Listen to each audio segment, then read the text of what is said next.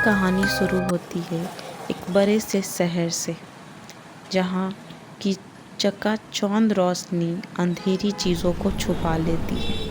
बड़े से शहर में बड़े बड़े बिल्डिंग, उस बिल्डिंग में एक ऐसा अपार्टमेंट जिसमें राहुल नाम का एक लड़का रहा करता था। राहुल बहुत ही शांत और बहुत मेहनती लड़का था। वो अपने आम जिंदगी में काम को लेके बहुत ज़्यादा परेशान रहता था। आए दिन वो सिर्फ कॉल पे बातें करता और अपने ऑफिस में काम करता।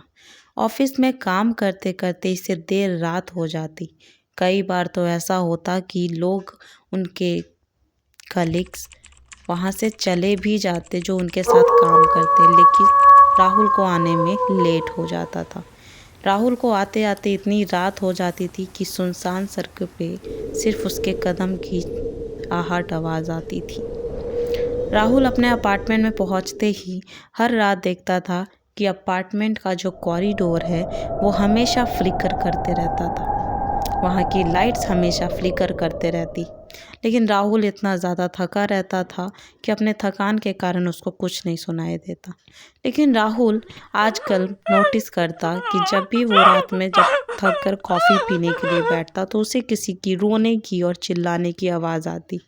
राहुल ये सब सुनकर भी इग्नोर करता। राहुल कभी कभी तो कॉरिडोर को बाहर से देखने भी चला जाता, पर कॉरिडोर पूरे तरीके से खाली होता और वैसे ही लाइट फ्लिकर करते रहती। एक दिन ऐसा ही हुआ। राहुल ऑफिस से लौटकर रात को आ रहा था।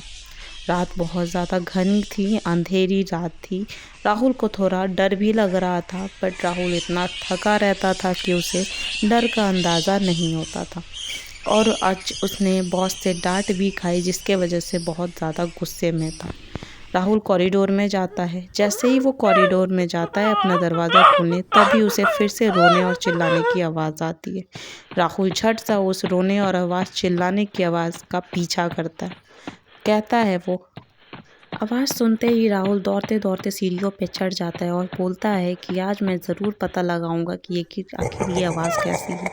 जब राहुल कॉरिडोर में पहुंचता है तो उसे अजीब अजीब सी चीज़ें दिखने लगती है, जैसे बहुत सारी चीज़ें, जैसे बहुत सारे हाथ, दीवार और कभी कभी तो लड़की भी। ये सब देखकर राहुल लास्ट में बेहोश हो जाता है, क्योंकि वो बहुत ज़्यादा थका रहता है।